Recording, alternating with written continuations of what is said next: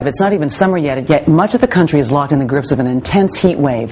In fact, get this, the average American household spends $1,900 a year on energy bills. So with gas and grocery prices soaring, how can you stay cool without going broke? Well, consumer reporter Asa Aarons of JustAskAsa.com is here with some important advice this morning. Hey, Asa. Good morning. Great to see you. You say one of the most common mistakes people make is not properly maintaining their air conditioners.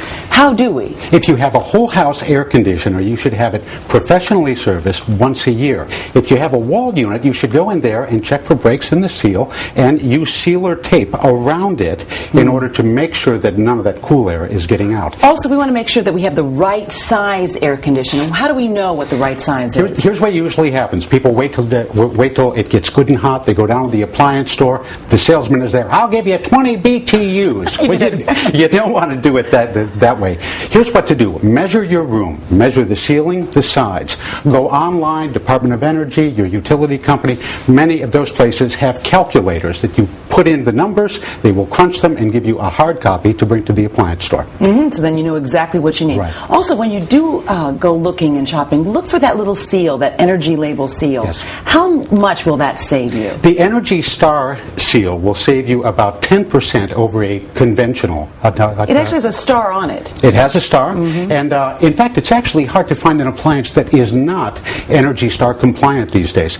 There are a couple other seals to look for. If you're going whole house, you want to go with a SEER seal, which is SEER, which stands for Seasonal Energy Efficiency Rating of 14 or more, and an EER, which is also a rating. But those can really save you money, is the point. A lot of money. Yeah. Okay, also you say, think about installing mini blinds or also shades to kind of just keep the heat from coming in as well. You know, the advice used to be, I remember being at a consumer seminar, and they were saying, tell people to pull the drapes. And I'm like, yeah, if you want to live in the house of Dracula, you know. So go for the adjustable vents that you can put in and out and bring in. Depending on when you want it to be Dracula and when you know. Yeah. Also, you say reduce indoor humidity. First of all, how and why? First place to go is actually to your clothes dryer, because your vent should be pushing moisture out. If it's leaking, it'll just put humidity it leaks right into the back in your house house versus going outside. During the day, use your microwave, shorten the showers a little bit, and that'll help the humidity situation. Also, you say check the insulation in your attic. Yes. Okay, for what? That's usually a winter issue. You think about it there, but energy is energy, and during the summer, if you add insulation on there, about 12 inches instead of the usual 4, you actually wind up saving some money.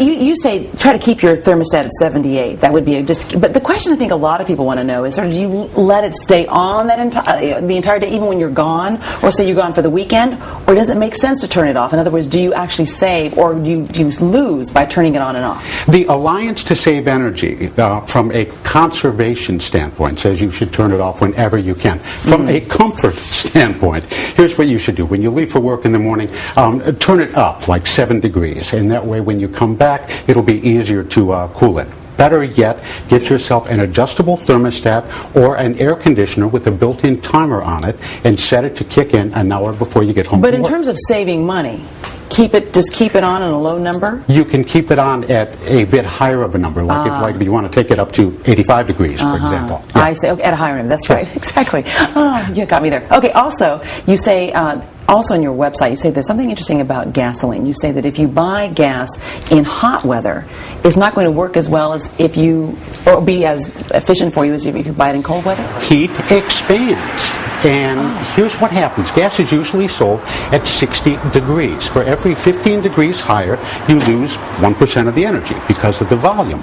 So if you go up to 75 degrees, that's 1%. 90 degrees, that's another percent. Now, this was no big deal when we were paying $1 a gallon. Now it's $4 a gallon.